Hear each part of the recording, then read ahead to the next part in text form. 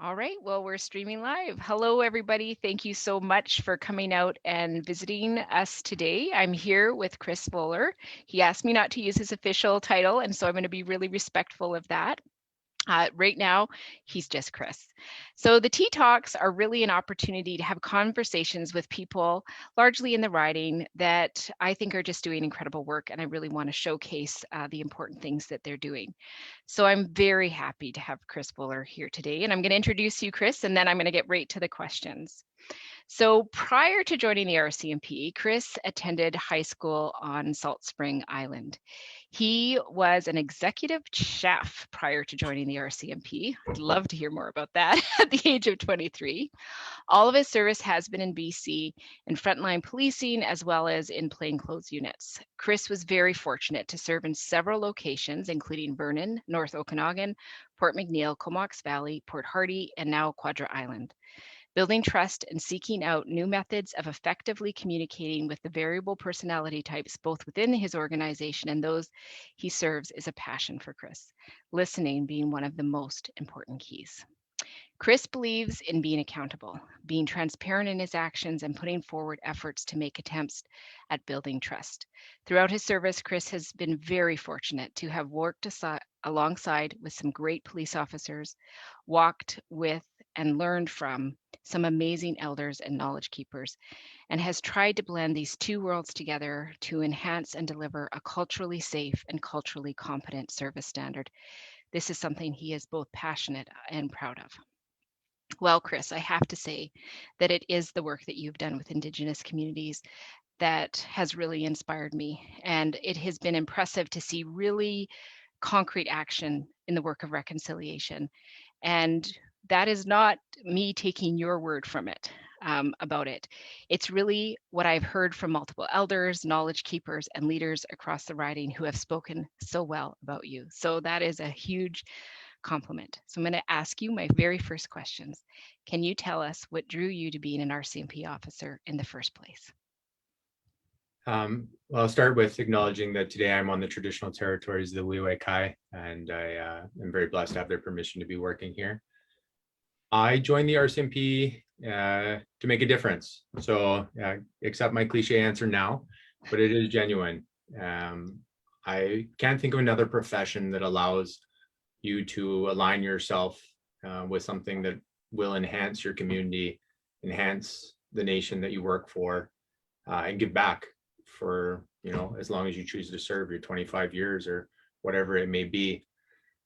So, knowing right from wrong, getting to deal with community members in times of crisis, trying to uplift them and help them.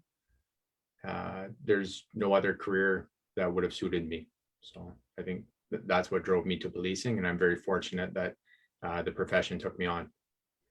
Well, thank you, Chris. So I really started to get to know you when you reached out to my office several years ago. What you requested is for our office to write a support letter in having an Indigenous court in Port Hardy, working with the Guaslacado, Quatsino, and Quaquito communities.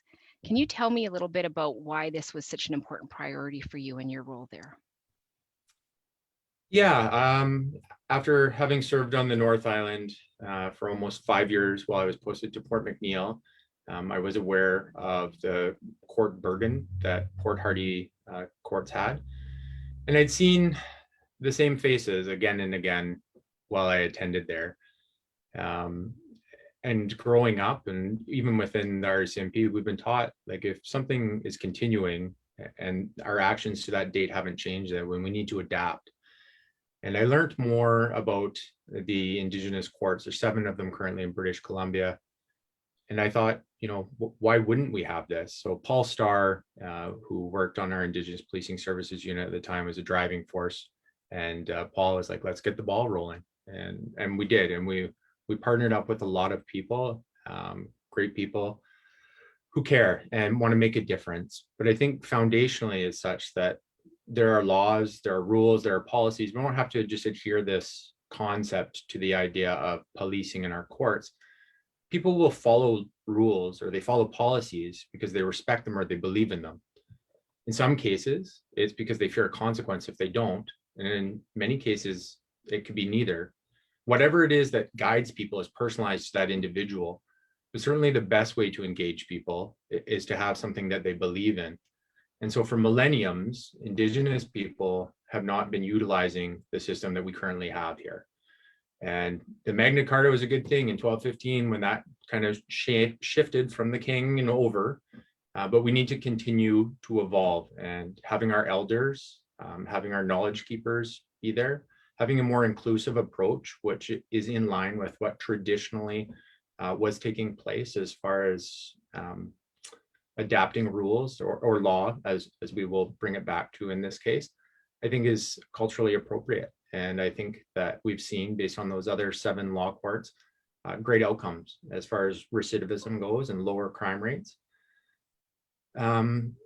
So if nothing else, I think we owe it to people to try. And I know that everyone who's engaged, including the government, is working towards it.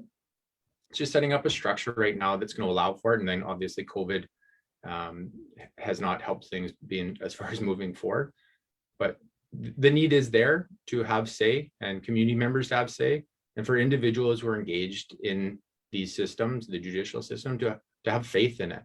Mm-hmm. And that is how we correct things. It's not what we do with people once they're in a system. It's how do we stop people from being in the system to begin with. Yeah.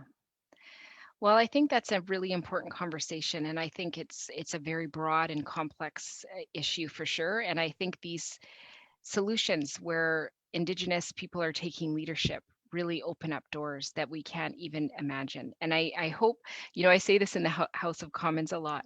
I would like to see the place where I work be influenced by how traditionally things were done in some of the communities that I serve. I think it would benefit all of us to have that holistic approach. So I know that, I love to see these things happen, because I think that's where the change starts to happen, because it's different and it's new, and it brings back the wisdom that is traditionally from this place. So I do remember seeing the impact that you and the people you were serving with were having in the North Island, really by the amount of positive social media posts that I was seeing about local RCMP. Just being in the communities, helping out in lots of different ways. And I will admit, I grew up in an Indigenous household. There were certain concerns about the relationship between the Indigenous communities and the RCMP and the police. And so it was really amazing to see so many Indigenous folks thanking the RCMP, saying, thank you, you helped carry in my groceries. Thank you, you were hanging out with the kids today and doing things. Thank you for just generally helping out. I'm just wondering if you could talk to all of us about why you did this and what was the process that you took at creating this really much more positive relationship.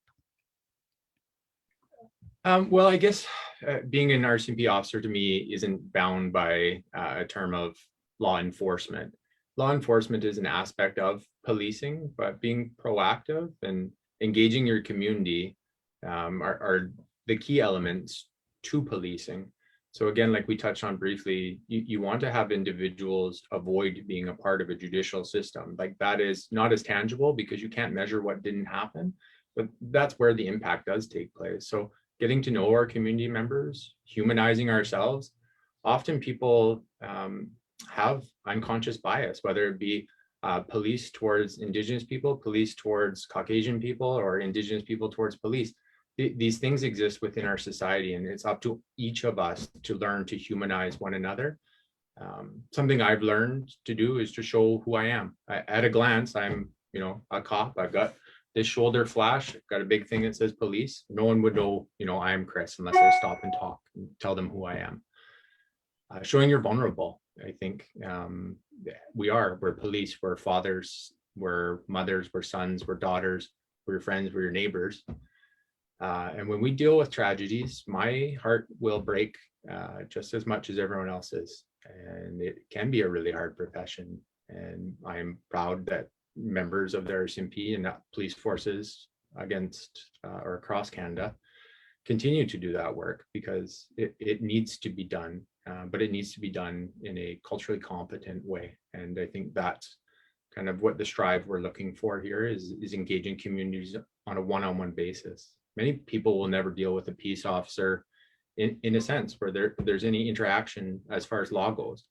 But if that person has been a community member for 30 years and they've never needed a police officer, perhaps on that day, they need me to carry their groceries because they're struggling. Or perhaps on that day, it's raining and I have an umbrella, let's hold it for them. You can give back to your community and be a part of it more than just putting someone in the back of your car. And really the intangibles are the impacts that need to be looked at, because they're the ones that make the biggest difference as far as I'm concerned. And many of my peers share that. Yeah. So a few months ago, you did a video, and in it you talked about reconciliation and the responsibility of RCMP to take an active part in that. What do you see as the opportunities and the barriers to this really important work? Well, let's start with the barriers, because I prefer to end on a positive. So the inception of the RCMP is systemically racist. In 1973, the Northwest Mounted Police were created to be a law enforcement agency and a governing body as colonialization moved west. So just get that out of the gate. Moving forward through time, even into the 1960s, the RCMP were also engaged in the relocation, forceful relocation, I'll add. The enforcement of residential schools, where we saw people removed from their families and stripped of their cultural identities, and as well as other laws. In 1940, if someone was off reserve without a pass, it was a criminal offense. So I recall early in my career in Vernon, stopping an individual and dealing with the gentleman. And on his criminal record, it said off reserve without a pass, which was the first time I'd ever heard of that. I'd never been educated in school or heard of any other circumstance. So I stared at my computer for a while and processed like what that meant or why that would be there.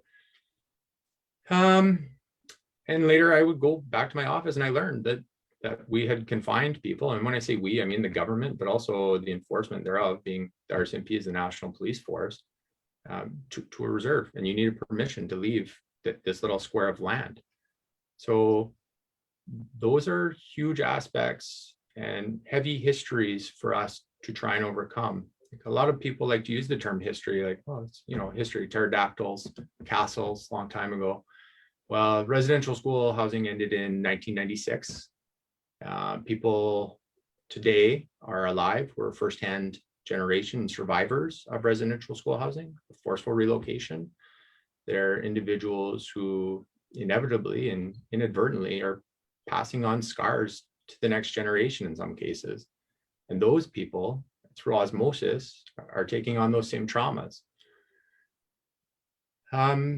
So that's a big history. That's a heavy history. It's not the RCMP alone, though. That is the government. That is every Canadian citizen who is here. We all share this history. What I will say as far as pros, the RCMP is really well situated to have a national impact. We are a national police force. So when we decide to make positive change now, we can spread that across the country. And I'll give you an example locally. The Quadra Managed Alcohol Program, which is a First Nations Health Authority run, led, done by Dean Wilson and the community up at the First Nations in the Guaslanacado area. They ran a program, they started a program, and I just want to be clear, we only supported that program. That is their program. And when I heard about it, I said, well, we would like to support you in that. And I got permission, and we drafted policies to allow people who are a part of that program to receive their prescribed alcohol while in custody.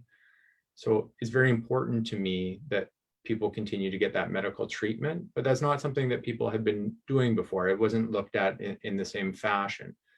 When you take a step back and we talk about like this, makes sense. So if you're diabetic, would I withhold insulin from you? Never. There's still social stigmas, and there's still things that systemically people aren't as accepting of. But what we can now do is across Canada, these policies are drafted and accepted. And I received an email from the commissioner who is quite happy to know that we're continuing to work forward with these sort of things. So it's hit the highest levels of my agency, and it's supported at those levels. So the RCMP is well situated for that. We're undertaking a trauma-informed approach with respect to the way that we deal with victims, witnesses, and even the accused. Again, not just why someone did something, but pardon me, not just that someone did something, it's rather the why they did it that is also important. And you can't treat someone who's done something like they're the enemy.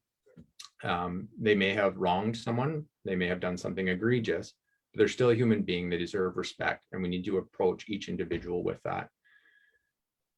There's a real desire within our organization for this change. There's an appetite for it. So that, I think, is probably the most uplifting part for me at all levels, whether it be a constable or whether it be our senior management teams. That the voices are echoing and the conversations are being had. Like the United Nations Declaration of Rights of Indigenous People, Truth and Reconciliation Committee, the Honorable Marie Sinclair's reports. These are all things that we're being told to read, adopt, and bring into practice.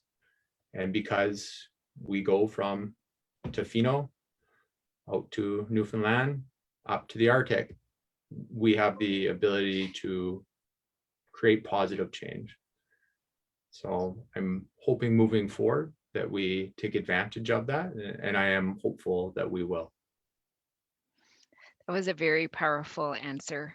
Thank you for that. And I think so many times I've said in the House of Commons that the Indigenous history of Canada has to become the history of Canada.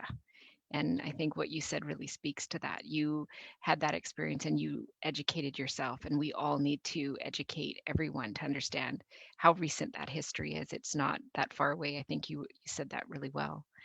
So for me, when we talk about systemic oppression, it just really means recognizing that our systems, really the foundation of our country, has been created on systems built on racism against Indigenous people. I believe that we are in a time of really important change. In your video, you talked about the burning of the village in Nakodo, which was directed, of course, by the federal government and implemented with the RCMP. You acknowledged reality that some of the elders in the community today actually witnessed this event, and their relatives, of course, have heard the story.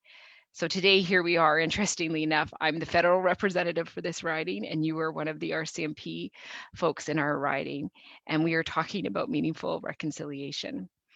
You said in your video, multi-generational traumas don't change overnight. It took us a long time to get here, and it will take us a long time to get back to a better path.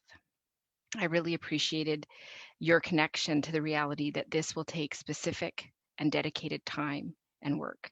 Can you just share your thoughts about what that work might look like? Yeah, I'd like to start with just like a real quick exercise for the people who are watching. And I do this because I think these conversations are hard to have when people either feel defensive or aren't able to really adopt the feelings that come with this. And so one of the things that I've been fortunate to have been a part of was an exercise where somebody just kind of turned it around and personalized it for me. So everyone takes 2 seconds and think about your family. Picture in your mind, who you love. Picture your house. Picture your neighborhood. And picture that Canada gets along really well. Things are going well. Now, imagine that a group of people that you don't know come into your neighborhood. Imagine that these people have brought with them a disease. Imagine losing, 80% of your family to disease from these strangers. So in your mind, if you had 10 relatives, take it away. So now imagine that you're being told you have to leave your home. If your home, you worked hard for it, you love your neighbors, love your area, but so do they. They really like that area, and it turns out that there's a spot down the street for you. Might not be that close to water, and it might not have as many resources, but that's where you're going to live. So we'll move forward. Any sort of possessions that you may have or things that you value, we're going to give you something else. Here, try these. These are nice. And in return, what we would like you to do is tell us where you fish, tell us where you hunt. Tell us where you get your stuff. What grocery store is the best at your area? Okay, good. Now you can't go to that grocery store because that's where we're shopping. Okay, so you can't have that.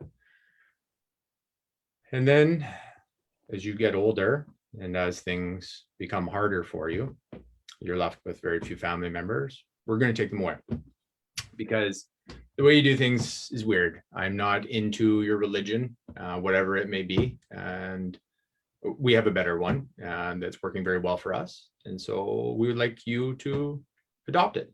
By adopt it, I mean force it on you. So please send them. And if you don't, we will send people to forcefully remove them. So I'm a parent. I have 2 daughters. And if someone came to take my 2 daughters away from me, I would really struggle with that concept. And that's being very politically correct about that. These are all things that took place. This is our reality now. So picture the elementary school your children go to, or the high school your children go to. You don't get to go to that one. So they're going to a different one. They're going to learn a different language. And, you know, the things that you value or you think are important will be eroded as a result of this. And so all of these things parallel things that happened not that long ago, our recent history. And I think if people stop and pause and put themselves in that circumstance where, you know, 80% of your family's gone, your children are taken, and your home's gone, the shopping store you like to look at or go to is gone. And now we say, but that's what we did. We did that to someone else. And the part of history that is ugly is the part that people tend to shy away from. It's not that nice that it turns out we're the bad guys in that circumstance, but that is the reality of what took place, and that is the history. We can't just look at history from one point of view, which is written by the individuals in this case that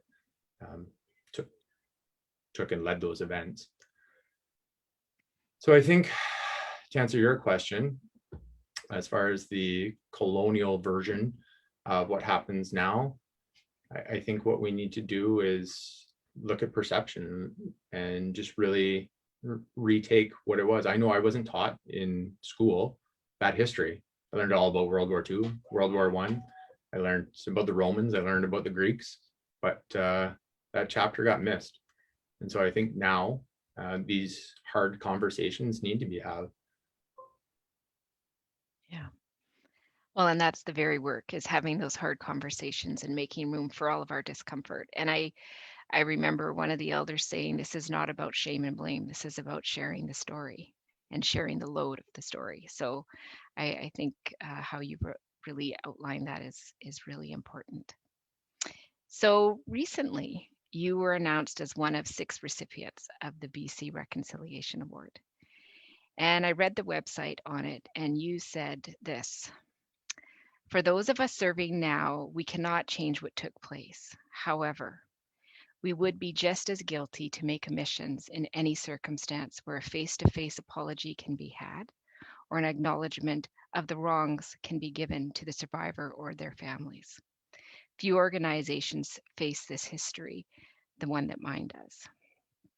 I found this to be an incredibly powerful statement. And, you know, personally, my granny went to residential school from the time she was 4 until she was 16.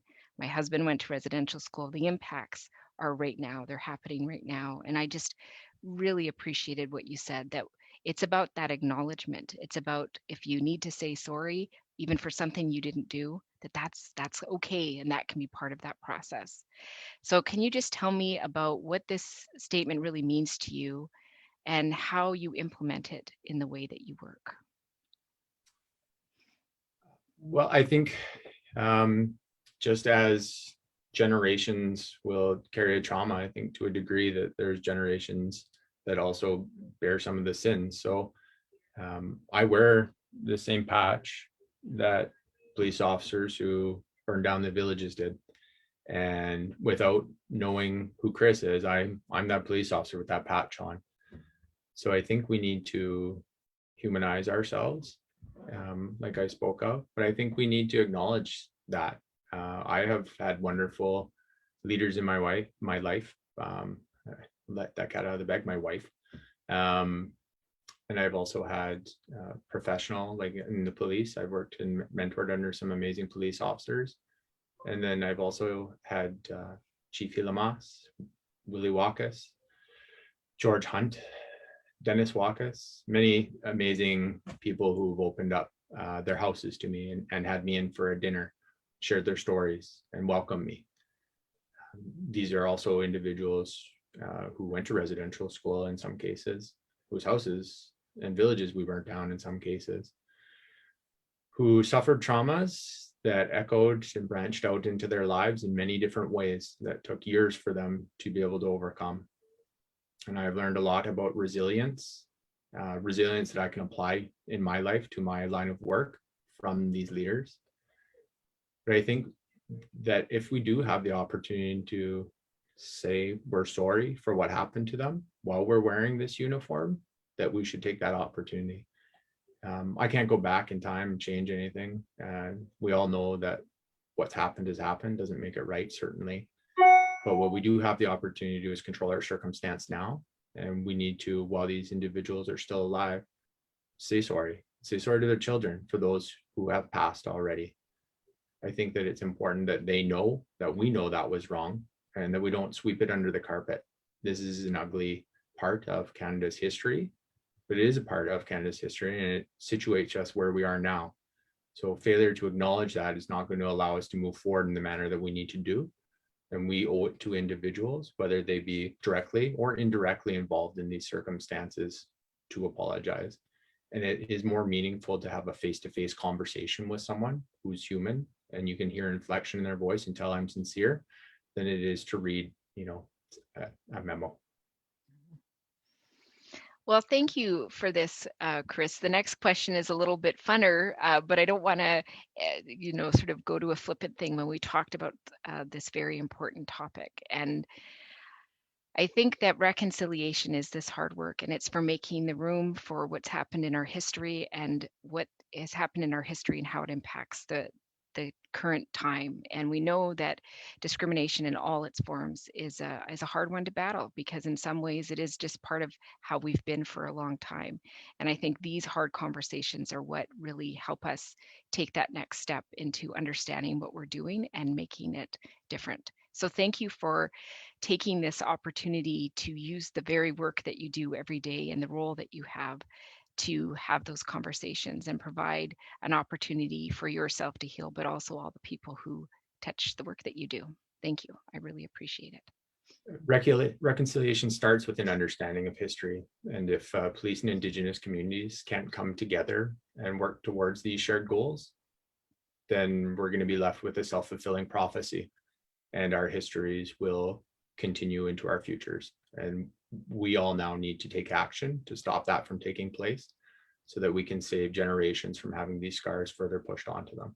So yeah. Thank you for bringing it to the public's attention more and having me today. Okay, well, thank you. So the last question is the light part.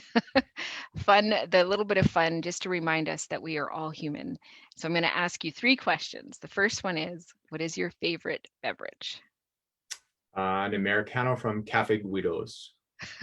I have to say that I miss Cafe Guido's terribly since I don't get to travel up that way. I agree. What is one of your favorite books or movies? Good night stories for rebel girls or any Junibi book currently. Both of those are ones that I read with my daughters at night, and they currently serve to be my best circumstance. It's fantastic. And why do you love where you live? Variants of history, culture, scenery, people. We're very diverse, and we're very fortunate. If you're stuck in one circumstance or looking at one thing, you're not going to get to appreciate others. So we have the opportunity to learn a lot and to appreciate a lot where we live. And I am thankful for that. We really do. It's a beautiful part of the world, and there's a lot of amazing history and people here. So Chris, thank you. Thank you for having this conversation with me, and thank you for your depth of honesty. And all of the work that you've done to really think out your role and what it means. It's just really powerful to me. So thank you so much for taking the time with me. I'm thankful for a lot of leaders who helped educate me to this point. So Gele Kesla. Okay, everybody, thank you so much for coming and watching with us today. Next week, I'll be having an amazing dental hygienist come in and talk to us about affordable dental care and how important it is in the country. Take care, everyone, and best wishes. And thank you again, Chris.